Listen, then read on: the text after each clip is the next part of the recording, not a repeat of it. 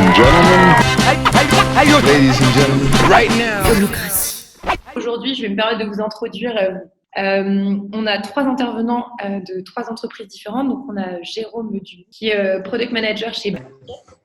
Pour ceux qui ne connaissent pas, c'est une entreprise qui propose justement des produits électriques et électroniques reconditionnés. Et également, il pourra nous apporter sa vision, parce que c'est un grand pape de la productivité qui a écrit un livre sur ce sujet-là. Et je pense qu'il y a plein d'enjeux aussi en termes de télétravail sur les sujets, comment on arrive à garder aussi le focus. On a Sébastien Gendreau, qui est Head of Product chez Agorapulse. C'est une entreprise qui conçoit un outil de gestion des réseaux sociaux qui vous permet de programmer, de publier du contenu, de gérer des conversations, voilà, pour avoir une gestion vraiment optimale de vos réseaux sociaux. Et enfin, on a Romain Liberge, qui est le Chief Digital Officer de la Maïf, qui est un des principaux assureurs français. Et pour commencer, je vous propose de revenir sur quel était le modèle de télétravail finalement qui existait dans votre entreprise même avant le confinement. Je pense que ce serait intéressant de savoir finalement si vous deviez le décrire en termes de rythme, en termes de qui était concerné dans l'entreprise et depuis quand vous aviez oui ou non du télétravail. Donc chez Back Markets, ça a pas mal changé dans le sens où la boîte a pas mal grossi aussi.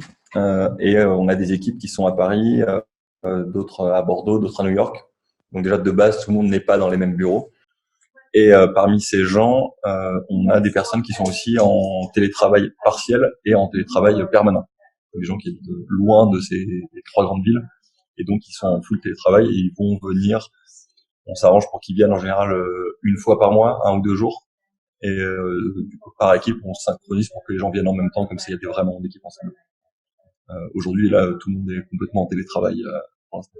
Alors chez Agorapulse, on est une boîte qui a démarré il y a une dizaine d'années et on était 5 au début dans le même bureau, voilà, hein, comme toutes les petites startups qui démarrent. Au fur et à mesure, on a commencé à recruter, essentiellement à Paris au départ, et puis très vite, on a fait un choix qui était d'être à la fois en français et en anglais, donc on a tout de suite recruté des premiers employés aux US. Donc chez nous, le remote a été instauré par défaut, pas pour tout le monde, puisqu'on avait quand même l'essentiel de l'équipe qui était au départ située à Paris. Et au fur et à mesure, on a fait un choix qui était d'être présent H24, 7 jours sur 7 pour nos utilisateurs. Donc on a du marketing, du support, du customer success qui couvre 7 jours sur 7 et quasiment 24 heures sur 24 aussi. Et aujourd'hui, on était 5 il y a une dizaine d'années, aujourd'hui on est un peu plus d'une centaine. Et on a essentiellement l'équipe produit et l'équipe technique qui est située à Paris, avec des petites spécificités, on pourra en reparler. On a une partie de l'équipe européenne, on va dire, et après tout le reste est en remote, complet, en télétravail. Il n'y a pas d'autres bureaux Agorapulse ailleurs. Les gens sont soit chez eux, soit en coworking ou en bureau spécifique, individuel. Mais voilà, ce qui représente, je dirais, quasiment à 50% en fait. 50% en bureau et 40% en bureau et 60% en télétravail. Parmi ceux qui sont dans les bureaux, est-ce qu'ils sont en présentiel permanent ou est-ce que eux aussi pratiquent le travail régulièrement? Alors, au départ, parce que ta question c'était bien de dire avant, hein, le monde d'avant. Au départ, on avait quand même bien tous une appétence à être au bureau tous les jours pour une raison très simple, c'est que pour développer un produit, avoir des fonctions techniques, produit et design au même endroit, il n'y a quand même pas beaucoup mieux pour aller vite, pour itérer vite et pour être efficace et efficient. Bon, ceci dit, depuis le confinement, on a bien vu qu'on pouvait continuer à très bien travailler. Ça ralentit certaines parties du travail. Quand on a des brainstorming, c'est quand même plus sympa d'aller piquer le stylo dans les mains du voisin pour dessiner sur le tableau blanc, plutôt que de le faire online sur un outil de visualisation, whiteboard, etc. Voilà, ça ralentit, je dirais, ce truc-là. Mais c'est pas impossible. Et donc, pour répondre plus directement à ta question, on a aujourd'hui donc des gens qui sont en télétravail principalement. On est en train d'initier un retour au bureau essentiellement pour les nouveaux arrivants, parce que nous, on s'est pas arrêté de recruter pendant cette période-là. Il y a quand même un moment donné où il faut leur donner l'ordinateur, faire un setup, et puis avoir un petit contact humain quand même, pas physique, mais humain pour qu'on puisse tous se connaître un petit peu à l'arrivée dans la boîte, quoi. C'est un peu plus sympa. C'est exactement pareil chez Back Market. Bah, là, lundi, je vais au bureau parce qu'on a des nouvelles personnes et donc les managers sont présents pour le premier jour des gens avec qui ils bossent. Et comme tu dis, c'est le moment où on leur file le matos, etc. Sinon, c'est un petit peu compliqué de devoir envoyer par la poste des MacBooks et des machins. Et C'est ça. je pense aussi que les bureaux, ça fait partie, tu vois, des vibes que tu sens dans une boîte, dans la culture d'entreprise, la déco, etc. Et bah, quand c'est ton premier jour, le fait de rentrer dans ces bureaux, même s'il n'y a pas beaucoup de gens, tu ressens un peu mieux dans quelle boîte t'es, tu comprends un peu les valeurs, tu vois, tous ces petits détails. Donc, je pense que c'est vachement important de garder ça. Absolument. Ouais, ouais. C'est un peu la même logique hein, chez nous, c'est de se dire que la personne va tout de suite ressentir, ok, qui on est, quelle boîte on est, comment on vit dans l'entreprise. C'est évidemment avec un effectif limité en ce moment, mais voilà, je suis carrément d'accord. Ça donne tout de suite un premier feeling qui est hyper important. Peut-être du coup pour compléter, Romain, est-ce que vous, à la Maïf, vous aviez déjà mis en place des pratiques de télétravail? Enfin, c'était là, on va dire l'avant Covid, juste pour voir, parce que c'est vrai que ça a changé tellement de choses. Ça se passait comment? Alors effectivement, avant le Covid, c'était un autre monde pour nous, puisque boîte créée en 1934 avec 7500 salariés aujourd'hui et donc une culture présentielle extrêmement forte. Néanmoins, déjà, depuis 2017, l'expérimentation du télétravail. Voilà, on avait fixé un quota de 20% des collaborateurs pouvant recourir à cette modalité. Moi, dans mon scope, donc j'encadre les équipes digitales, donc par définition, alors elles étaient très à l'aise, plus à l'aise avec cette modalité. On est structuré un peu d'une manière différente par rapport aux boîtes de ce soir. Il y a des métiers très techniques, il y a des réseaux de distribution et de gestion, il y a des centres d'appel, des délégations physiques. Donc c'est un modèle, je dirais, classique qui permet pas de généraliser by design, on va dire, le télétravail dans la structure. Néanmoins, pour te donner un ordre d'idée, donc 7500 collaborateurs, un quota de 20% théorique sur la direction digitale, sur en tout cas les internes, puisqu'on travaille aussi beaucoup avec des centres de services, des partenaires, des freelances. Sur 77 personnes, il y en avait 19 en télétravail. Alors, c'était le ratio le plus important. Ça veut dire qu'en fait, globalement, on était en découverte et en exploration de cette modalité, sachant que voilà, on se synchronisait essentiellement en présentiel, en physique. Et donc, ça, c'était avant le 17 mars. D'accord. Après, ça nous a secoué. Et peut-être juste, du coup, pour prolonger sur l'avant-Covid, ces expérimentations que vous meniez, vous les faisiez plutôt au niveau d'équipes ou est-ce que c'était plutôt sur la base du volontariat, mais du coup des personnes ponctuelles dans des équipes avec toutes les problématiques que ça peut éventuellement poser? Non, alors effectivement, on a côté Digital Factory une organisation qui peut être un peu similaire à certaines startups. On est en équipe pluridisciplinaire, c'est des squads qui sont aujourd'hui staffés avec du product, du design, des devs. Mais on était vraiment sur plutôt des choix individuels et donc c'était pas forcément traité au niveau de la maille équipe.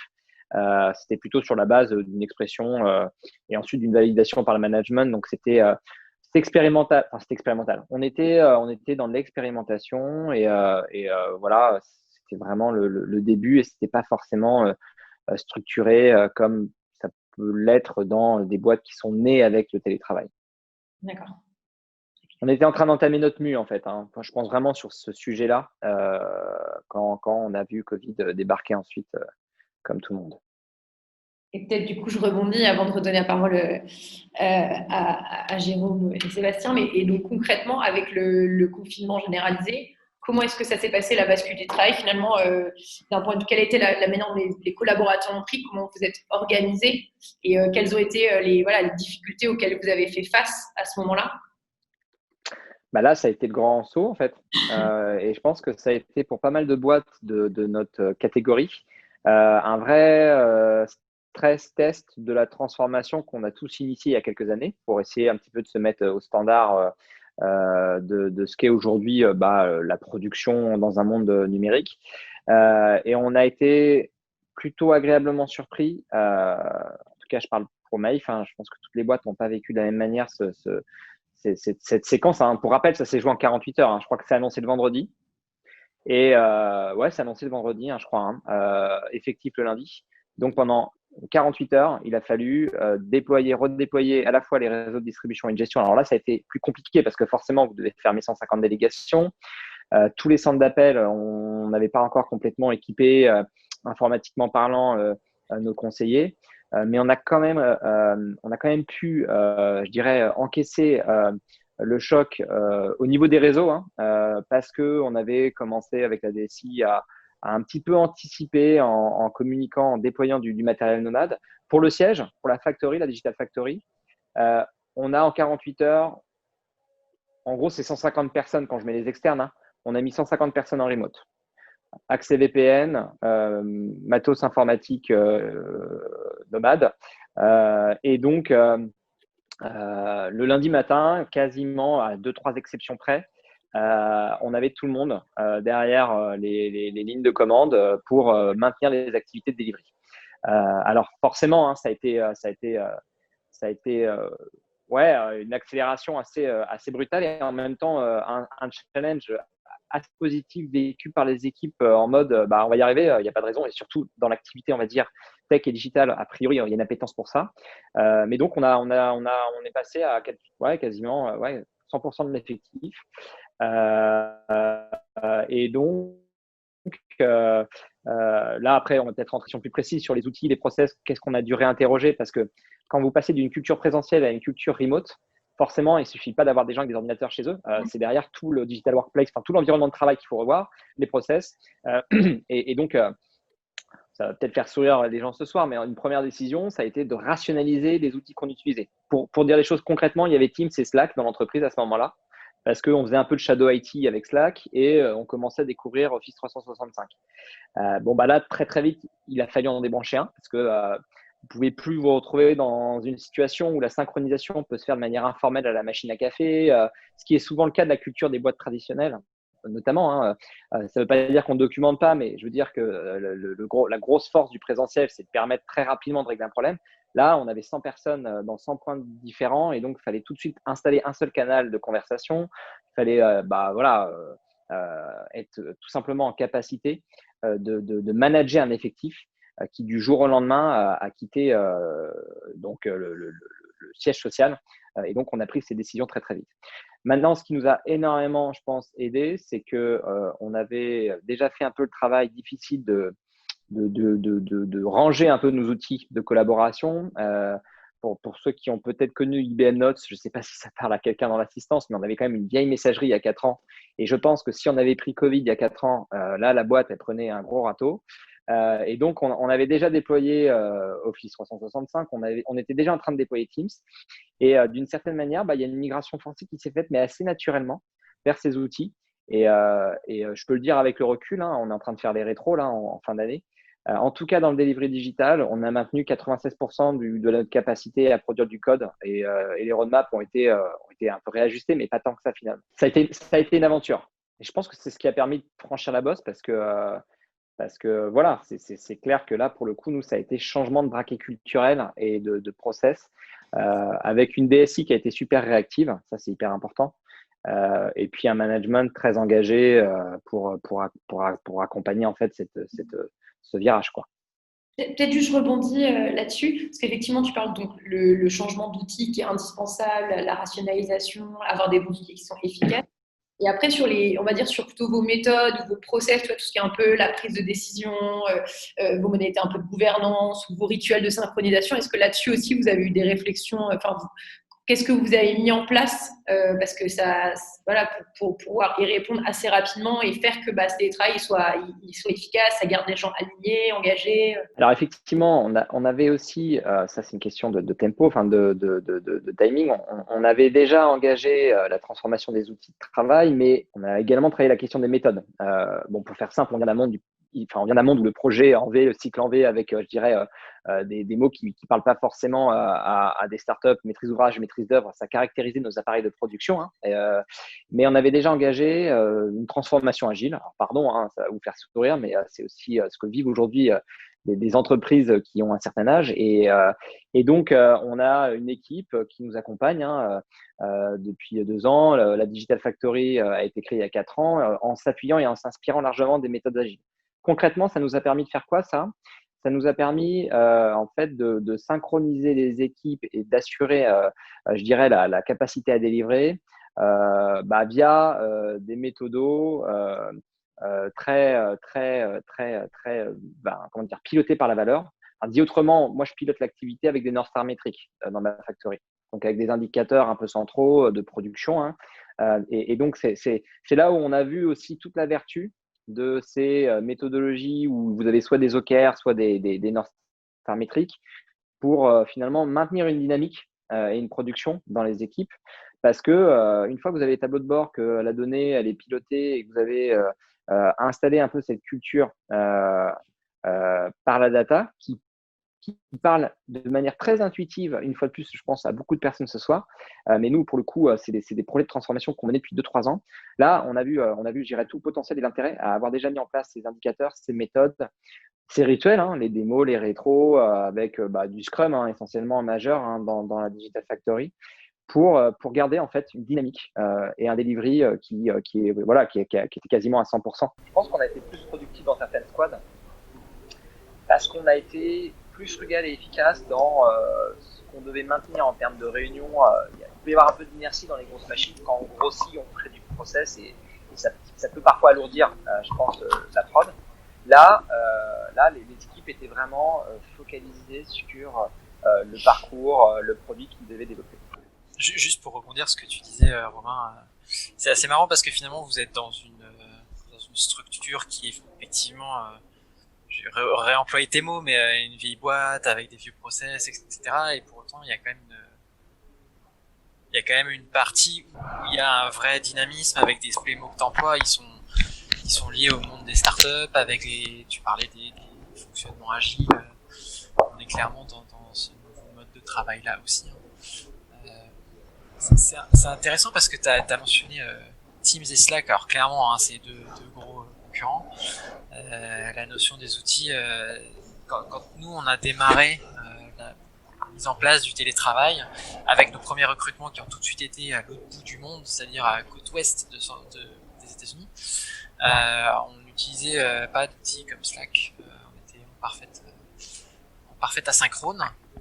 Et quand on a commencé à mettre Slack en place, on s'est rendu compte que les outils c'était bien et qu'en même temps s'il n'y a personne pour piloter l'outil ou apporter un cadre à l'outil, on est dans un système où ça peut vite partir en cacahuète, comme dirait l'autre.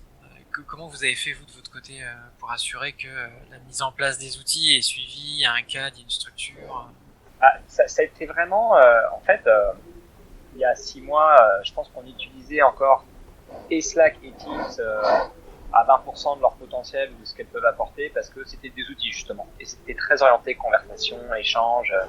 Là en fait, on va dire les ingénieurs se sont emparés du sujet et les équipes ont processé en fait derrière l'usage de ces solutions.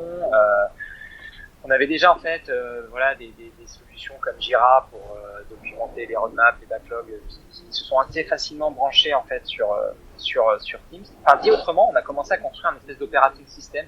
En fait, je pense que c'est ça qu'on a commencé à bâtir, c'est-à-dire un environnement de travail où derrière on va pouvoir, la force de Slack, on l'a débranché parce que pour plein de raisons, ça correspondait plus à nos besoins et il fallait qu'on passe toute l'entreprise, les 7500 à l'échelle, sur une solution d'entreprise.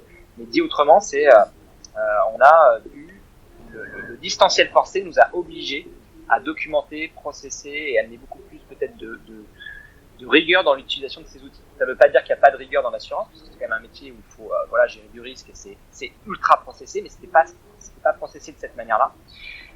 Et par ailleurs, ça fait 3-4 ans en fait qu'on bosse avec des boîtes qui s'inspirent justement des méthodos startup et qui nous aident à les installer et les implémenter dans des grosses machines. On peut pas faire un copier-coller de nos fonctionnements, ça serait absurde. On n'a pas la même taille, on n'a pas la même. On a un modèle économique en général qui marche déjà et je dirais la boîte crée déjà beaucoup de valeur, mais par contre, cette culture des cycles itératifs, vraiment installer cette culture produit. On avait déjà commencé à initier cette démarche il y a 2 ans et ça nous a énormément aidé. Pourquoi? Parce que en fait, on nous retient de vos cultures d'entreprise. Et par ailleurs, c'est quelque chose qui est très profondément ancré dans la transformation culturelle possible d'Amaïf. C'est que quand vous déployez comme ça 7500 personnes à distance, si vous n'avez pas mis en place un cadre où il y a beaucoup de confiance, d'autonomie et de responsabilisation, là justement le management il va être en comment dire, il peut vite partir en mode panique, je pense, en mode contrôle. Je mets des réunions partout pour m'assurer que mes équipiers font le même taf. Or, ça je pense que c'était un des points de force pour Maïf lorsque le Covid est arrivé. Ça faisait déjà 4 ans qu'on travaillait vachement ce qu'on appelle le management par la confiance. Concrètement, c'est le modèle Opal, pour ceux qui connaissent Reinventing Organization, c'est comment j'arrive à créer un cadre où les équipes elles peuvent décider et gérer leur backlog en autonomie. Donc, je dirais que tous ces efforts qu'on avait déjà portés sur la transformation managériale, sur la responsabilisation des équipes, sur l'outillage, sur le fait que on avait vraiment déjà déployé une dizaine de squads de la Digital Factory avec les outils qui vont bien. Ça nous a vraiment aidé à maintenir cette dynamique et à pas seulement jouer avec des outils, mais tout simplement également mettre notre organisation en mode remote. Et finalement, pour ce premier confinement, je reviendrai sur le deuxième, parce que ça va être encore un autre moment d'enseignement, une très bonne surprise parce que je pense que ce qui nous a finalement, pour résumer, permis de franchir cette étape, c'est une culture déjà très forte dans l'entreprise, culture de la confiance. Et ça, c'est con, mais tu peux avoir tous les outils du monde. Si derrière, il n'y a pas une culture puissante qui permet d'une certaine manière d'engager tes collectifs, ce qu'on cherche tous à faire en fait, d'ailleurs. Vous disiez tout à l'heure, c'était, je crois, Jérôme qui parlait de cette découverte du biophysique, de la culture d'entreprise. Nous, c'est pareil, à la fois grâce à la culture et aussi parce que je finis là-dessus, on a des liens très très forts. Ça, c'est la force du modèle présentiel. En présentiel, il peut y avoir des défauts, mais il y a aussi un intérêt énorme, c'est que les gens se connaissent tellement bien. Il y avait déjà des liens tellement forts entre les équipes qu'on a assez bien encaissé en fait la première vague. Donc voilà, Ouais. pour résumer, pour moi, culture first. C'est-à-dire que si tu n'as pas ça en préalable, tu peux avoir tout l'outillage du monde, tu peux te planter. C'est intéressant parce que moi on était une boîte de 5 et j'étais dans des bureaux au tout début. Et j'ai fait 5 ans dans les bureaux à Paris, j'ai vu la boîte grandir, etc. Et puis moi, je suis parti. Donc aujourd'hui, je vis à Poitiers. Donc c'est super, j'ai une grande maison, des enfants, voilà, tout ça. Mais je suis plus au bureau tous les jours. Et ce que tu dis résonne très fort sur le côté, le présentiel, il a un truc que le reste n'a pas, c'est la petite discussion à la machine à café qui arrive aussi dans les petites boîtes et les nouvelles boîtes, etc. Ça reste là, c'est la petite discussion en sortie de meeting où toi, quand tu es en remote, tu as fermé ton ordinateur, c'est terminé. Ceux qui étaient dans la salle de réu, ils rangent leur ordinateur, mais en rangeant l'ordinateur, ils rebondissent sur un truc qu'un tel a dit ou autre. Et c'est vrai que je crois assez fort au fait que la culture, elle est hyper importante si tu veux que le remote à la fin puisse bien se passer. Sans ça, il y a des gens qui sont faits pour ça, pour le remote, qui vont fitter avec la culture d'entreprise, avec l'autonomie qu'on leur donne, etc. Et à contrario de ça, il y a des gens qui ont besoin du cadre, d'arriver à telle heure au bureau le matin, de sortir du bureau à telle heure, d'avoir un cadre très précis, très charté et très organisé, pour qui le remote et le télétravail va être beaucoup plus compliqué. Donc choisir et partir sur du télétravail, au-delà d'être forcé par le Covid, ce qui a été le cas pour nombre d'entre nous, je pense que faire le choix du télétravail pour une entreprise, c'est quand même faire un choix assez important sur, OK, est-ce qu'on peut vraiment encaisser ce choix-là? Est-ce qu'on a l'équipe construite pour ça? Est-ce qu'on a la structure, le framework fait pour ça? Pour moi, c'est vraiment un des points clés. Mais du coup, je voulais rebondir sur ce que tu venais de dire, Sébastien, par rapport au framework de travail. Peut-être du coup, est-ce que Jérôme, tu pourrais nous donner, toi, toi, qu'est-ce qui marche bien? Enfin, si tu devais décrire un peu le framework de travail qui permet justement au télétravail de bien fonctionner chez Back Market, enfin, quels sont un peu les éléments finalement qui en sont structurants? Il y a pas mal de choses. Déjà, il y a des gens qui étaient déjà en télétravail avant le confinement, donc c'est une chose. Et après, il y a ceux qui ont dû et du coup, il n'y a pas eu le choix. Et du coup, pour cette partie-là, tu as plein de sujets. Tu as même le sujet logistique. Est-ce que les gens, ils ont le matériel? Est-ce que tu as un fauteuil de bureau chez toi? Si tu l'as pas, faire 8 heures par jour sur ton siège en bois, ça a vite ses limites. Est-ce que tu as ton écran secondaire? Est-ce que tu as une pièce à part? Est-ce que tu as, surtout le premier confinement, tu as des enfants, etc. Donc ça, c'est vraiment un gros sujet. À Back Market, on a fait un truc assez cool. Il y a un partenariat avec FlexLab où tous les employés on peut commander un fauteuil de bureau, un écran externe, un bureau. Ça t'aide à t'équiper ou un casque, un bon casque. Donc il y a ce sujet-là qui est toute la partie un peu logistique. Et après, en fait, tu as un gros passage du synchrone à l'asynchrone qui est super intéressant, même si les deux ont chacun leurs avantages. Et du coup, il faut apprendre aux gens à bosser en asynchrone sur plein de trucs. Tu vois, par exemple, dans Slack, ne pas dire juste salut et après attendre que la personne te réponde. Du coup, tu l'as interrompu une fois et ensuite elle te dit salut et il faut que toi tu reviennes et que tu dises ton message. À apprendre à dire non, tu dis salut, tu mets ton message tout de suite. Quand tu écris à quelqu'un, utiliser les petits emojis du petit œil pour dire j'ai vu ou le loading pour dire j'ai vu ton message, je m'en occupe. Comme ça, tu as du feedback. Il y a eu plein de petites habitudes que tous les gens en remote avaient déjà, les équipes qui bossaient en full remote avaient déjà, mais que pas mal de gens n'avaient pas encore, sur Zoom, mettre toujours sa caméra allumée, par exemple. C'est une bonne pratique parce que ça permet d'être moins coupé du monde. Tu ne repères pas les signaux faibles comme si tu étais dans les bureaux, mais où quand tu fais une présentation, tu as un peu plus de feedback, tu vois les gens qui sourient, qui hochent la tête, tu te sens moins seul parce que faire une présentation à une équipe de 5, 10 ou 50 personnes avec que des caméras éteintes et tu es tout seul à parler, c'est un peu le jeu du roi du silence jusqu'à la fin où tout le monde fait salut, au revoir, au revoir, au revoir, au revoir et ça coupe.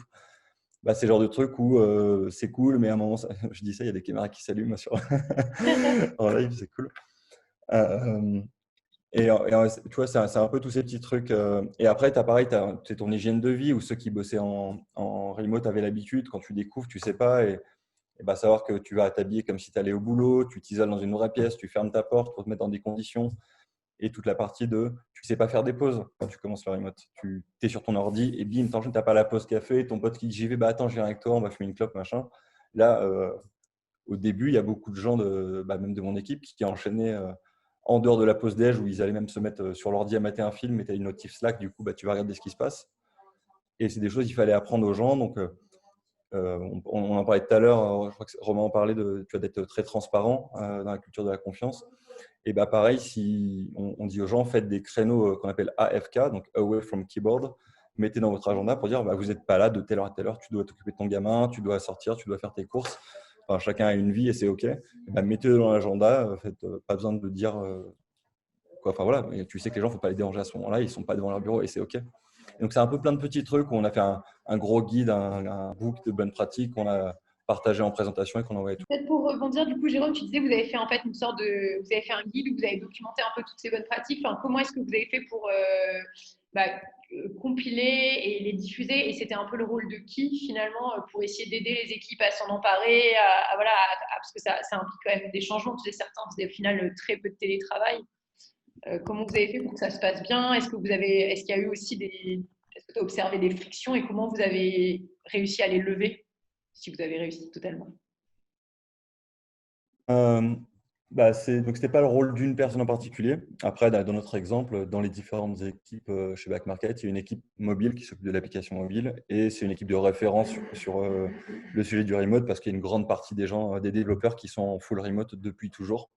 Donc, ils ont testé ce qui marche pas, des bonnes pratiques tiens, les stand-up, on en fait 3 par semaine en asynchrone sur Slack avec un bon template et 2, on est en synchrone et on le fait sur Zoom. Et après avoir testé, c'est un truc qui marche bien. Et du coup, ils ont compilé un peu toutes les bonnes choses qui se font. Je donne l'exemple de tout à l'heure, toujours sa caméra allumée, ce genre de trucs. Et du coup, ils ont fait une présentation. Et du coup, là, c'est l'engineer manager, JC, qui a fait une presse qui a été enregistrée. Et du coup, c'était à destination de toute la compagnie, ceux qui sont intéressés. Et après, nous, tous les lundis, on a le monde débrief. Donc, c'est quand le CEO va parler à toute la boîte sur les dernières réalisations, les chiffres, etc.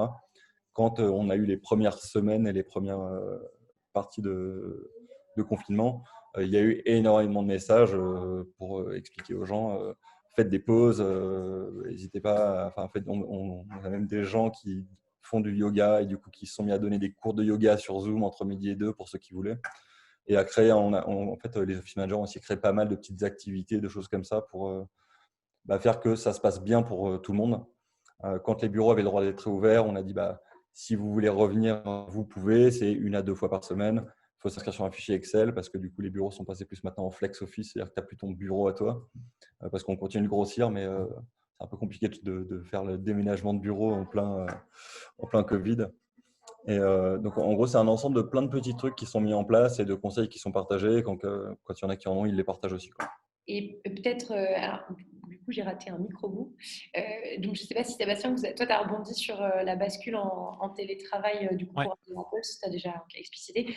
Oui, c'est ça. Je voulais juste rebondir très rapidement sur ce que tu disais, Jérôme. Effectivement, il y a quand même un côté où les tools, la logistique, tout ça, c'est bien. Et moi, j'ai fait le move de Paris à Poitiers et c'est vrai que je me suis retrouvé tout de suite dans une position où tu te lèves le matin, tu allumes l'ordi, bon, tu t'habilles d'abord quand même, mais quand même, enfin, ça veut dire qu'il y en a quand même qui le font pas et c'est un choix.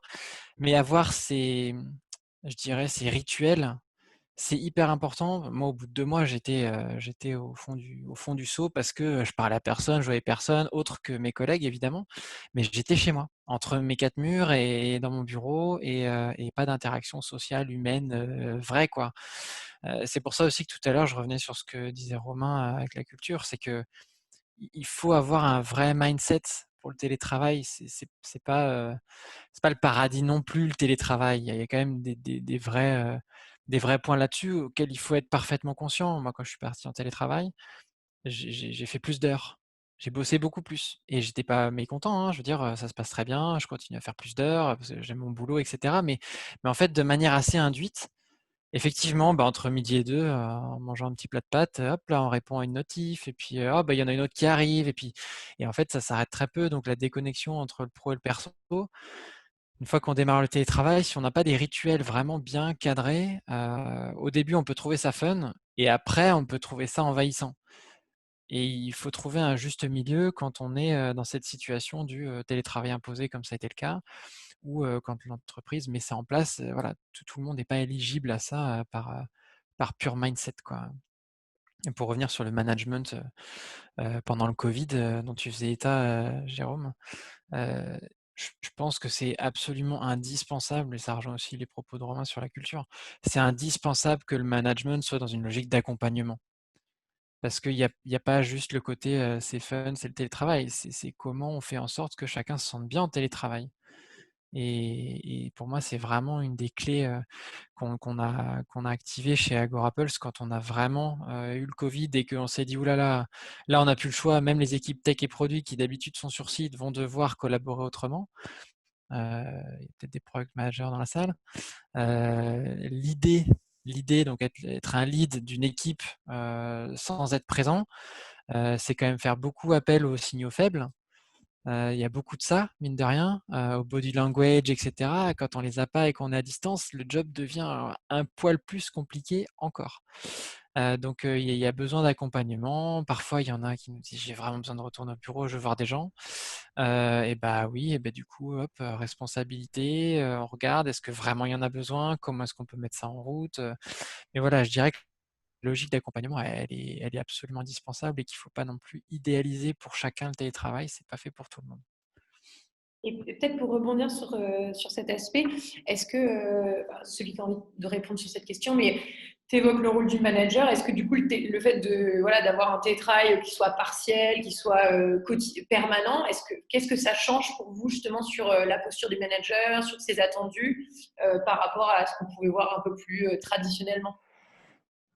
Alors, je vais juste répondre rapidement, pour ma part, donc moi aujourd'hui, j'ai une équipe de 12 personnes en direct et une équipe produit et tech d'une quarantaine de personnes. On a 6 squads en gros, et dans l'équipe produit, il y a du design, il y a du product management, il y a du product marketing.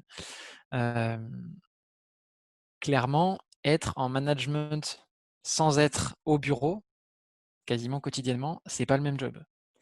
c'est clairement pas le même job. Il faut un vrai framework de suivi. Il faut surtout ne pas partir dans le flicage complet.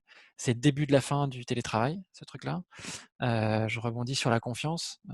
Si on n'a pas confiance en quelqu'un, soit on le met pas en télétravail et on lui propose pas, soit on met en place les outils qui vont lui donner confiance et qui vont donner confiance au manager pour laisser cette personne en télétravail. À chaque fois qu'il y a eu une confiance cassée, ça s'est mal terminé. Voilà. C'est hyper difficile à retrouver. Et il faut, encore une fois, il ne faut pas en abuser, quoi. Quand on est à la maison, on peut avoir un artisan qui vient, etc. Enfin, je veux dire, il faut aussi laisser la souplesse que ça impose d'être en télétravail. Mais il y a quand même une vraie notion de confiance. Et ce que ça a changé chez nous, c'est que, et pour moi, en l'occurrence, c'est qu'on a mis un poil plus de rituels en place et beaucoup d'asynchrone. Je rejoins ce que Jérôme disait. L'asynchrone, c'est la clé, quoi. Slack quand c'est vraiment urgent, l'email quand c'est une demande qui peut prendre un peu plus de temps. On utilise aussi Twist. Twist qui est un outil, c'est le Slack asynchrone en gros, c'est des threads qui peuvent être, qui chez nous sont plutôt utilisés pour des décisions plus stratégiques ou des sujets qui ne nécessitent pas une réaction là vite, rapide. Et voilà, et puis Loom pour faire de la vidéo, plutôt que s'envoyer des grands pavés comme ça, on se fait une petite vidéo via Loom, on peut dire beaucoup plus de choses en 5 minutes qu'un pavé qu'on va mettre 20 minutes à écrire. Voilà, il y a tout un tas d'outils qui vont permettre ça. Ça, tu veux peut-être dire en deux mots juste que c'est synchrone, asynchrone. On en parle beaucoup. Je sais que c'est un vocabulaire courant pour pas mal de gens, mais peut-être que ça l'est pas pour tous. Ouais, du coup, le synchrone, c'est de la réactivité en direct. On se parle. Là, là, on est en synchrone, en gros. On est vraiment en train de se parler et d'avoir des échanges en direct. Quand l'asynchrone, lui, permet à une personne de répondre plus tard, c'est l'email. L'email, c'est de l'asynchrone. Slack, c'était du synchrone, en gros. C'est du live, quoi. Il y a une notion de actif et passif dans l'échange avec ces notions-là. Sachant que Slack, c'est un peu bâtard, c'est un peu entre les deux parce que tu peux l'utiliser en asynchrone, tu envoies un message et tu y répondras que quand tu veux. Ouais, D'ailleurs, ça peut c'est être ça. pas mal de l'utiliser comme ça. En gros, quand moi je bosse, je suis en mode timebox, je sais que je dois bosser 2 heures, je mets do not disturb dans Slack, ça ne me dérange pas, voire je le ferme et je bosse pendant 2 heures et je le rouvre plus tard et ensuite je vois toutes les choses qui sont dedans. Et c'est intéressant parce qu'on parlait des outils. L'outil, il est aussi ce qu'on en fait. Nous, typiquement, on a dit que Slack, c'était du synchrone. Quand il y a vraiment besoin, c'est Slack. Quand il y a besoin d'une réponse rapide, c'est-à-dire dans les 10-15 minutes. Alors, il y en a qui sont au taquet, hein. Moi, c'est 20 secondes pour répondre. Comme tout le monde en remote, c'est quand même plus simple. Mais si on attend une réponse qui n'est pas urgente et qui peut attendre 3-4 heures ou une journée, 2 jours, une semaine, on va plutôt passer par le mail. Donc le tool, il est important, mais il dépend vraiment de ce qu'on en fait et de ce qu'on en décide, quoi. D'où l'importance du C'est des framework. conventions d'équipe que tu te fixes, que finalement, ce qui est vrai pour vous l'est peut-être pas dans une autre entreprise qui va considérer que Absolument. Slack, c'est uniquement du synchrone. Et c'est après Exactement. chacun de. Mais c'est effectivement, c'est de se mettre d'accord sur la convention, sur quel outil sert à quel canal et sur quels attendus par rapport à chacun. Peut-être je me permets de redonner la parole à. Alors, j'ai vu qu'il y avait pas mal de questions, alors je vais les poser. Peut-être juste Romain, parce que tu nous as un petit peu teasé sur, on va dire, les ajustements que vous avez mis en place. Enfin, j'ai l'impression entre le premier confinement et le deuxième confinement, où le premier, vous avez été très surpris, vous avez agi dans l'urgence. Est-ce que, voilà, dans le deuxième confinement, qu'est-ce que vous avez dû adapter? Et aussi, peut-être, si tu as des éléments par rapport à la posture des managers qu'on évoquait, qui peut-être pour vous a encore d'autant plus changé avec ce télétravail très massif, parce que vous étiez qu'à une phase d'expérimentation à l'époque. Alors, sur le premier point, en fait, on a vécu entre le premier confinement et maintenant deux nouveaux modes de travail.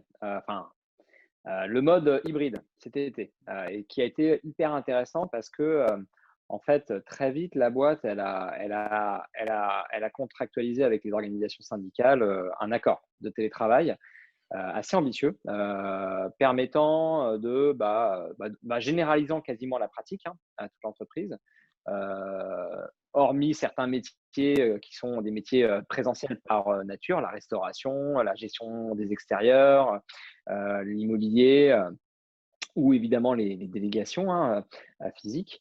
Mais on a vraiment pris ce virage avec cette conviction que la clé, en tout cas pour Maïf demain, c'est ce qu'on appelle l'hybride. On a mis en place des systèmes de rotation tout au long de l'été. On est revenu quand ça a déconfiné le 15 mai. En juin, on a commencé à revenir sur site avec derrière effectivement des protocoles sanitaires. Mais là, pour le coup, on a commencé à spécialiser le modèle. C'est-à-dire que c'est le début, hein, mais la force du présentiel, c'est la création des liens. C'est, voilà, je dirais, d'une certaine manière, en tout cas pour nous, on bonifie notre culture aussi en se voyant, en échangeant, en déconnant. Et donc, même si c'était un peu compliqué parce qu'il fallait faire revenir 2000 personnes sur le siège à Niort, en l'occurrence, parce qu'on est basé à Niort, les squads digitales, hein, on en a une bonne grosse dizaine, elles ont commencé à tourner en rotation. Lorsqu'elles revenaient sur site, c'était de la rétro, c'était vraiment les moments où justement elles refaisaient le point sur ce qui avait été délivré. Puis quand on repartait en full remote, là, c'était plus axé, je dirais, delivery.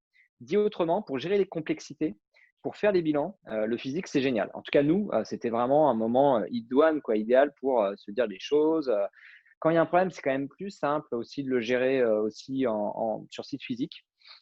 Et par contre, quand on faisait repartir les équipes en télétravail, là, on descendait les user stories et donc c'était beaucoup plus focus production. Ça a été un moment assez intéressant parce que, en tout cas, moi de mon côté sur la Digital Factory, je pense que c'est partagé avec l'ensemble des équipes IT du groupe, c'est sûrement le modèle cible, hein. Enfin, c'est le modèle vers lequel on se dirige, avec le meilleur du monde physique, présentiel, et le meilleur du remote. Et ça, je pense qu'on va apprendre par itération maintenant, hein, mais c'est vraiment ce qu'on va chercher à déployer à l'échelle d'une certaine manière, avec une problématique quand même, c'est que on a des métiers qui sont dans les squads, hein, très comment dire, qui sont dans la verticalité de leur activité. Je m'explique, un dev, voilà, il va, il code et c'est parti. Je caricature un peu, mais le product manager chez nous, le designer, il va devoir interagir avec d'autres départements. Il va falloir se synchroniser avec les métiers techniques, notre marketing. Enfin, et donc, lui, il a beaucoup plus besoin de travailler en horizontal. Et donc là, une fois de plus, le retour sur site favorise, on va dire, ces interactions. Donc là, moment ouais, quasiment de grâce parce qu'en plus, on a des indicateurs de productivité et sur les indicateurs sociaux, on était au top. C'est-à-dire qu'on mesure le climat social, on voyait l'engagement des équipes, les gens se revoyaient aussi, ça fait quand même plaisir. Et là, ça a été super, super intéressant. Bon, manque de peau, bim, deuxième confinement, tout le monde est reparti. Là, ça a été moins évident parce qu'en fait, c'est moins évident. Pourquoi? Parce que l'aventure du printemps, il y avait un côté un peu, waouh, en plus, on était, pardon, mais dans les Deux-Sèvres, on prenait moins cher que l'Île-de-France ou la région Grand Est. Et je pense que les boîtes en Alsace ou à Paris, à Intramuros, pouvaient peut-être être plus sensibles à ce qui se passait. Donc là, le printemps, ça a été, en tout cas, moi, je le vois comme ça. Et pour avoir échangé avec les équipes, ça a été aussi perçu comme ça. En fait, les gens étaient dehors, quoi. En fait, c'était marrant. Les gens étaient en train de bosser à l'extérieur, il faisait beau. Il y avait cette espèce de quasiment poésie avec les gamins qui faisaient du bruit derrière, parce qu'en fait, c'était ça aussi la réalité du printemps. Les gamins n'étaient plus à l'école. Dans des boîtes où vous avez toutes les pyramides d'âge, vous vous retrouvez parfois dans des réunions où, OK, est-ce que tu as commit caca prout? Merde, qu'est-ce qui se passe? Bah oui, il y a le gamin qui est dans mes pieds. Et donc, enfin voilà, il y avait une forme de joyeuse innocence. En tout cas, on l'a vécu comme ça avec les équipes. L'été, donc, on a commencé à mieux professionnaliser le modèle. Et là, on est reparti par contre à l'automne justement, où on a remis tout le monde à distance. Il fait nuit tôt, il fait froid, et puis en fait là, on s'est vraiment rendu compte d'un truc, quels que soient les métiers, parce que là, on a vraiment fait un peu d'introspection, y compris, tu vois, l'espèce de peut-être facilité enfin, comment dire, de raccourci sur les métiers. On aurait pu se dire les développeurs, ça va être beaucoup plus simple pour eux que pour les PM et les designers. Pas du tout. Moi, j'ai on a des devs front et back en mode genre, certains, bah oui, c'est cool, d'autres, c'est ah non, quand même, c'est dur, c'est long. Tout ça pour dire que la conviction qu'on a, en tout cas, à ce stade, après on l'ajustera, c'est que c'est sûr, on n'ira pas en full remote dans notre organisation. Parce que ça ne correspond pas à notre culture, ça ne correspond pas à notre modèle. Et parce qu'en plus, en fait, on est assez convaincu que l'hybride, ça va être sûrement le vrai dispositif qui va nous correspondre. Et donc, tout l'enjeu maintenant, ça va être de réussir à synchroniser des équipes. Ça, c'est pas simple, qui sont justement, voilà, soit chez elles, soit sur le site d'entreprise. Parce qu'en fait, quand tu es en full distanciel, c'est facile quand ça marche. Tout le monde est à distance, tout le monde est dans la même situation. Par contre, quand tu as une équipe, tu as 3 mecs sur site physique, tu en as 2 en remote. Là, la culture, elle revient au grand galop. C'est-à-dire que la culture présentielle en mode, elle va favoriser les gens qui sont sur site versus ceux qui peuvent éloigner. Donc là, on a un gros truc à prendre qui n'est pas simple sur comment j'arrive demain à faire bosser des équipes qui vont être sur différents sites physiques, chez elles, sur le site, le siège, et maintenir l'engagement et l'écoute et l'implication de tous les travailleurs, quel que soit leur statut. Je ne sais pas si vous voyez ce que je veux dire, mais en gros, quand tu as dans ta squad, en général, maintenant, on fait des rotations de squad, donc ça facilite la problématique avec les squads, sauf qu'il n'y a pas que des squads à la Maïf. Il y a des actuaires, il y a des gens qui font de la gestion économique, il y a plein de métiers différents. Et donc là, c'est comment j'arrive à piloter l'hybride et donc à installer cette dynamique-là. Donc là, le management, il est clé pour répondre à ta deuxième question. Parce que en fait, le rôle du management dans cette période, je pense que c'est aussi d'amener beaucoup d'énergie. Alors, c'est épuisant, mais c'est passionnant parce qu'en fait, on doit maintenir le lien quand on est à distance. Je pense que c'est une des fonctions du management. En tout cas, pour moi, un manager, voilà, il est là pour engager son collectif, voir quand ça descend au niveau de la température, essayer de la remonter. Donc, il doit mettre beaucoup d'énergie pour faire en sorte que on gère au mieux les frictions. Parce que on peut se le dire, ce qu'on commence quand même à voir aujourd'hui dans les organisations traditionnelles qui sont à 100% à distance, et aussi parce que l'ambiance est un peu pourrie autour de nous, c'est que les gens se fatiguent plus. En fait, il y a quand même aussi, il faut le dire, ce que disait Sébastien, on travaille plus en remote. On travaille plus, on met beaucoup plus d'énergie. Je pense que ta charge cognitive, elle est beaucoup plus importante quand tu es devant un écran pendant 8 heures que lorsque tu as des espèces de micro-pauses qui te permettent juste ok, tu débranches, quoi. Tu penses à autre chose, tu traverses le jardin, certains fument une clope, tu prends un café. Ça permet de repartir. En full remote, c'est 8, 9, 9, 10, 10, 11, 11, 12. Tiens, 12, 13. On va commencer à 13h45, 30. Et résultat, en fait, tu es toujours derrière l'écran. Le rôle du management, c'est d'amener de l'énergie, de sécuriser en fait les zones de respiration. Et dans les entreprises traditionnelles, de faire un truc qui n'est pas simple. On parlait de synchrone asynchrone. Quand tu es présentiel, tu es très synchrone dans ta culture. Et donc, développer la synchrone, je pense que c'est beaucoup plus simple pour des startups. Vous avez l'habitude. Nous, c'est quelque chose d'un peu plus nouveau, tu vois. Alors, tu me diras, le mail, ça fait longtemps que ça existe dans les organisations. Mais on a eu un défaut, je pense, dans l'organisation, c'est de surcharger les agendas en meeting pour se synchroniser. Attends, je te mets une synchro pour te synchroniser, Résultat, tu avais plein de réunions de synchronisation que tu aurais pu traiter avec peut-être, tu vois, du Trello, du mail, avec d'autres modalités.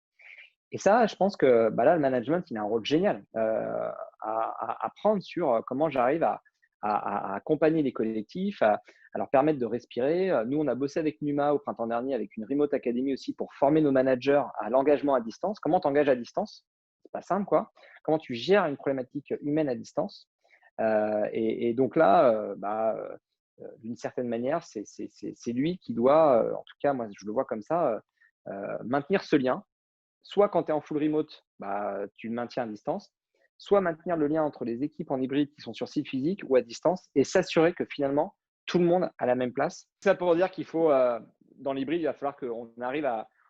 Bon, je ne vais pas prendre trop filer la métaphore sportive, mais de ne pas comme ça déclasser des acteurs selon que tu es sur site physique ou sur site à distance. Ça, je pense que ça va être un autre challenge en fait. Chaque personne a la même importance, tu vois. Et ça, le management doit s'assurer que on écoute tout le monde. Je finis juste sur un truc, nous, qui nous a vachement aidé. Enfin, moi, c'est un des enseignements très forts du remote. On a capté tellement plus de feedback en remote qu'en présentiel. Alors ça, par contre, quand tu fais une rétro à 50 ou à 75, le format présentiel, c'est une galère. Enfin, en tout cas, nous, on le vivait. C'était pas hyper simple. Tu mettais 70 personnes dans une salle audio, tu viens pitcher ton truc, et là, tu prenais pas tant de feedback que ça parce qu'en fait, tu pouvais le prendre qu'en synchrone, justement. Alors que tu prends une fonctionnalité sur Teams où tu peux mettre des questions, des réponses, tu peux chambrer. Là, on a eu finalement beaucoup plus de prise de feedback et de captation de feedback avec les outils qu'on a déployés. Dit autrement, en organisation hybride demain, pour moi, le physique, c'est vraiment travailler des petits collectifs, vraiment des petits groupes d'acteurs, quand le distanciel doit nous permettre à la fois de délivrer et aussi de prendre beaucoup de feedback sur des publics très larges où on doit aller chercher 50, 100 personnes, 200 personnes. Ça, je trouve que pour le coup, le télétravail est super puissant. Peut-être pour rebondir du coup sur l'aspect demain, je me permets, on peut peut-être dépasser un petit peu de l'horaire. C'est du coup post-Covid, est-ce que chez Agorapulse ou chez Back Market, vous le voyez comment? Vous allez rester dans ce modèle hybride? Qu'est-ce que ça vous a amené à revoir et qu'est-ce que vous avez envie de changer par rapport à l'organisation que vous aviez c'est quoi un peu le modèle idéal demain que vous avez envie de mettre en place? Bah, en effet, comme toujours, les solutions hybrides, c'est pas trop mal. Et moi, je pense, c'est pas encore défini. On sait que ça sera pas full remote, ça sera pas full office. Ça va revenir un peu comme avant. Personnellement, donc moi, j'ai vraiment testé les deux, d'être tout le temps au bureau et de bosser que de chez moi. Et en fait, j'ai vraiment besoin des deux. C'est-à-dire que j'ai des moments où quand je suis chez moi en focus, je coupe mon Slack et je mets de la musique et je bosse sur rédiger un writing, faire une presse, préparer un feedback pour un collaborateur. Je vais faire en 2 heures ce qu'il me fallait 3 demi-journées au bureau parce qu'on est interrompu, etc., etc. Et du coup, j'ai besoin d'avoir ces 2 à 3 jours chez moi en remote où je vais dépiler et produire vraiment 3-4 fois plus que si j'étais au bureau. En revanche, j'ai besoin aussi d'être au bureau, mais du coup, en même temps que certaines personnes. Et du coup, c'est un peu ces moments d'équipe. Au moins qu'il faut. En gros, je pense qu'il faut donc réorganiser son agenda et se dire, nous, on vient mercredi et vendredi. Donc, tu t'arranges pour être là avec ton équipe. Et dans ton agenda, le mercredi, ça va pas être le moment où tu vas bosser sur la rédaction de spec, mais ça va être le moment où tu vas faire des ateliers Dream, des workshops, bosser sur tes OKR ou des choses comme ça. Et à l'inverse, les moments où tu es chez toi, c'est les moments où tu vas t'organiser comme ça. Donc, je pense que l'idée, moi je vise un 3 jours, 2 jours, peut-être 3 jours chez moi, 2 jours au bureau, et puis à changer selon les périodes, fin de quarter, etc. Et du coup, réorganiser son agenda et celui de ses collaborateurs et de ses équipes pour que ça fitte. Et se dire, on vient ensemble tel jour, comme ça on déjeune ensemble, et on profite de l'après-midi pour se faire un atelier post-it sur tel et tel truc. C'est toujours beaucoup plus efficace. Et par contre, je sais que les autres jours où c'est des réunions où tu vas écouter tu vas être en top-down à écouter des choses ou juste tu vas bosser dans ton coin, il n'y a pas de plus-value d'être au bureau à ce moment-là. Ouais, de notre côté, donc, et c'est très marrant, enfin c'est marrant, non, c'est pas très marrant le Covid, mais quelques mois auparavant, j'avais émis l'idée que l'intégralité de l'équipe tech et produits puisse se mettre en full remote pour comprendre ce que l'autre partie de la boîte, entre guillemets, vivait au quotidien, à savoir le marketing, le support, le CS, tout ça. Et au début, bon, évidemment, c'était pas question parce qu'on avait des bureaux, donc on n'allait pas s'empêcher d'y aller. Mais le Covid a fait comprendre que donc c'est ça la vie en remote. C'est ça en fait, c'est ça de rater la petite discussion quand tu fermes ton ordinateur. Ah, c'est ça de pas être au bureau tous les jours. Ah, c'est ça de devoir documenter. Documenter, c'est important. Même si on essaie quand même de pas non plus documenter tout ce qu'on fait à 100%, pour pas non plus tomber dans la documentite aiguë. Mais pour autant, c'est hyper important et encore une fois, la synchrone là a tout son rôle, quoi.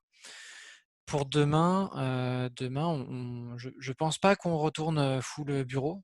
Alors pour moi non, de facto. Mon rythme perso, c'était d'aller 2 jours à Paris dans les bureaux et de retourner chez moi à Poitiers par la suite. Je pense que c'est un rythme qui va commencer à s'adapter à un peu tout le monde, donc à nos devs, à nos PM, à nos designers, à notre support. Enfin voilà, j'ai presque envie de dire à partir du moment où on a un ordi, qu'on bosse via une connexion internet, que la sécurité nécessaire est bien mise en place, il y a quand même peu de chances de raison pour ne pas avoir l'accès au remote, quoi. Donc oui, un modèle hybride pour moi, Jérôme et Romain, c'est plutôt cette partie-là, le modèle hybride. Du coup, je me permets juste de poser 2-3 questions si vous avez encore 10 minutes à nous consacrer. Chloé nous demandait le télétravail. C'est vrai là, on vit tous le télétravail à domicile, mais est-ce que pour vous, c'est forcément à domicile? Parce qu'il y a aussi des entreprises qui permettent de faire du télétravail dans des espaces de coworking. Est-ce que des gens dans vos équipes sont concernés? Est-ce que vous pensez que c'est un modèle intéressant? Je peux vous répondre tout de suite, je ne suis pas du tout au domicile, je suis dans un gîte avec des potes. On a fait tout le mois de novembre en vie communautaire à 6 et du coup c'est très chouette et ça pose aucun problème, sauf si on est plusieurs à avoir des calls en même temps, hein, mais du coup ça marche très bien. Et je sais qu'on a des collègues ceux qui habitent loin des grandes villes justement, qui s'ils savent qu'ils sont dans la même ville, ils vont se mettre ensemble dans un espace de coworking. Moi, j'ai fait pendant le confinement aussi des moments où je voulais bosser sur un atelier où je savais que le physique était beaucoup mieux. Et du coup, j'ai fait venir 2 des product owners de mon équipe chez moi. Et du coup, on a bossé dans mon appart et c'était super chouette. Ouais, ça, c'est pour la réponse à titre perso. Et du coup, je vise même sur le plus long terme, du coup, après avoir testé la vie en communauté, avec des potes, de justement se mettre à plusieurs, s'acheter une maison de campagne pas trop loin de Paris et tous les mois aller bosser ensemble une semaine. En fait, on a testé par la pratique, parce que sur la théorie, ça a l'air cool de bosser avec des potes, mais en pratique, qu'est-ce que ça donne? Et en fait, en l'ayant vraiment testé, c'est très cool, puisque tu as le côté, tu prends ton petit déj avec tous tes potes, enfin, tu as 5-6 potes, tu prends ton café, c'est trop bien. Et ensuite, chacun, si ton métier le permet, bosse sur son ordi, tu as ton casque anti-bruit, et ça dépile et on se dérange pas. C'était un bon test au début. Je me suis dit, mais si tu es avec tes potes, est-ce que finalement, tu vas pas faire que des pauses et machin? Et en fait, pas du tout. On y va jusqu'à la pause déj, on déjeune tous ensemble, et après, on rebosse, et après, c'est l'apéro. Et on a tous pris de peut-être 2-3 kilos à prendre des apéros tous les soirs. Mais du coup, la vie pro-perso se marie vachement bien. Et au lieu que ce soit juste un test, maintenant, on est en train de se dire c'est quoi le futur de notre vie. Et donc, voilà, d'où le projet maison de campagne, une semaine par mois ou un autre modèle à tester. C'était moins entreprise plus personnel comme réponse, mais voilà, pour vous dire que c'était possible. Derrière cette question, Claire et Chloé qui la pose, il y a quand même une notion de qui prend en charge derrière. Enfin, le coworking, il faut voir si l'entreprise accepte de prendre en charge la dépense. Je sais que moi, quand je suis parti au tout début à Poitiers, on m'a dit go ahead, prends-toi un coworking si tu veux, mais c'est pour ta poire entre guillemets. Donc voilà, enfin moi c'était un choix. Au bout de 2 mois à la maison, c'était au fond du seau, comme je disais tout à l'heure. Donc voilà, je suis tout de suite allé dans un espace de coworking dans lequel je suis resté 4 ans. Et là, avec le Covid, évidemment, j'ai tout arrêté. Je suis resté à la maison, je me suis aménagé un vrai espace. Mais là, c'est pareil. Il faut avoir la possibilité de s'aménager un espace différent. Quand je vivais à Paris, ça n'aurait pas été possible du tout. Donc, ça dépend des conditions et je pense que c'est un vrai sujet à voir avec son employeur. Si vous êtes l'employeur, à voir avec votre employé de quoi il a besoin. Il y en a qui auront besoin d'un espace, de voir des gens, et il y en a qui n'auront pas besoin particulièrement et qui sauront très bien être Ouais. en solo. Et du coup, est-ce que chez Agorapulse, vu que vous avez le remote depuis le début avec des équipes qui sont en full télétravail, est-ce qu'il y a un modèle salarial qui prend en compte cet aspect aussi, où est-ce que tu habites, c'est quoi tes besoins, etc. ou... Euh, alors, il y a évidemment une prise en compte de là où on habite, qu'on habite, je ne vais pas faire d'impair, qu'on habite aux Philippines ou aux côtes ouest des États-Unis à San Francisco, on va pas être payé pareil parce que le niveau de vie est clairement pas le même. Donc, il y a évidemment une échelle qui se fait comme ça. Il y a une participation de l'entreprise à acheter du matériel et à être bien en télétravail. C'est quand même de la responsabilité de l'employeur, hein, faut le rappeler, de pouvoir donner les conditions de travail aux employés qui sont en télétravail. Bon, après, est-ce qu'il faut aller jusqu'à payer la connexion Internet de son employé quand il bosse de chez lui? Voilà. Est-ce que vraiment il faut aller dans ce niveau de détail? Je ne crois pas. Nous, on ne le fait pas. Parce que pour la grande majorité, au-delà du Covid, le télétravail est plus un choix. Ceux qui veulent venir au bureau viennent, ceux qui veulent pas ne viennent pas. Et pour ceux qui sont en télétravail par défaut, ils ont été embauchés avec ce cadre-là, en étant à distance. Donc voilà, il y a clairement une participation de l'entreprise et un intérêt à ce que l'employé soit bien. Nous, on met un point d'honneur et on a beaucoup de rituels, de process, de meetings, etc. À ce sujet-là, mais on veut que nos employés soient bien. Et le télétravail en fait partie et avoir les conditions pour bien bosser est clairement indispensable. Et est-ce que, du coup, Romain, peut-être du côté Maïf, tu parlais tout à l'heure des discussions avec les organisations syndicales, j'imagine que cet aspect aussi, peut-être compensation financière, environnement de travail, ça, c'était des choses, est-ce que ça a été des choses qui ont été âprement discutées ou que vous êtes en train de discuter parce que c'est quand même des enjeux, c'est quand même des enjeux dans des grands groupes, voilà, de faire du télétravail non subi et de qu'est-ce que tu mets en face en termes de conditions de travail. Déjà, nous, c'est pas automatique, hein. C'est-à-dire qu'on étudie pour chaque situation individuelle la capacité à pouvoir télétravailler. Et je dirais que c'est con ce que je veux dire, mais il faut déjà que la connexion Internet soit OK. Parce que on s'est rendu compte pendant le premier confinement que si tu as un ADSL pas génial, ça devient très compliqué, surtout pour l'équipier, hein, qui en fait, il est déconnecté de la boîte. Donc, on n'en voit pas. Enfin, on a une grille de critères. Mais là, en ce moment, je ne parle pas du contexte Covid parce que là, on subit. Mais en déploiement cible, voilà, à la fois la capacité du collaborateur à pouvoir, je dirais, avoir les bonnes conditions matérielles et puis aussi derrière. Enfin, je vais prendre l'exemple du junior qui vient d'arriver. On va dire, bah, tu pars en télétravail. Enfin, non. Enfin, on doit l'accompagner, on doit le former. Et donc, nous, sur ce modèle hybride-là, on est très attentif aussi à bien gérer et sécuriser les onboarding. Donc oui, c'est des sujets importants, forcément, dans les grosses boutiques, même les petites. Comment derrière ça se package d'un point de vue matériel. Alors, je risque de dire une bêtise sur est-ce que sur les espaces de coworking, parce que pour nous, le télétravail, c'est pas que le travail à domicile. Donc, j'ai pas appris par cœur la documentation RH, mais en tout cas, ce que je trouve évident, c'est que derrière, pouvoir demain avoir la possibilité de travailler aussi dans des espaces de coworking pour garder ce lien, c'est très important. Nous, on a quand même fait attention à un point, c'est à ce que les équipes soient pas trop loin du site physique. Parce que typiquement dans un mode hybride, et notamment parfois, je vais prendre un exemple, en assurance, ce qui vous arrive parfois, c'est de gérer des catastrophes naturelles. Catastrophes naturelles, intempéries dans le sud-est, sécheresse, j'en sais rien, un truc un peu qui fait un peu mal, quoi. On est en gestion de crise. On est souvent en gestion de crise. Là, on peut être amené à demander à ce que les équipes elles reviennent sur site pour gérer certaines problématiques. Et donc, en tout cas, notre modèle ne nous permet pas de demain envisager au quel coin du monde des gens de naïfs. On a besoin d'avoir, je dirais, un bassin de vie. Je ne sais pas comment le qualifier, mais un bassin d'emploi, un bassin de vie pour, si on doit faire revenir les équipes, les faire revenir assez rapidement. Voilà, donc on fait attention effectivement à ce qu'il y ait ces conditions matérielles qui soient OK. Pourquoi ? Parce que le portable ne suffit pas. Je pense qu'on a tous expérimenté, enfin moi je l'ai expérimenté à Paris sur ce confinement. Lorsque vous êtes 10 heures sur une siège de cuisine, au bout d'un moment, votre dos, vous le pliez en deux. Et là, il y a un sujet, de médecine du travail, quoi, clairement. Donc, il y a une responsabilité de l'employeur aussi sur ces sujets. On est attentif, évidemment, au bien-être de nos équipes. C'est super important.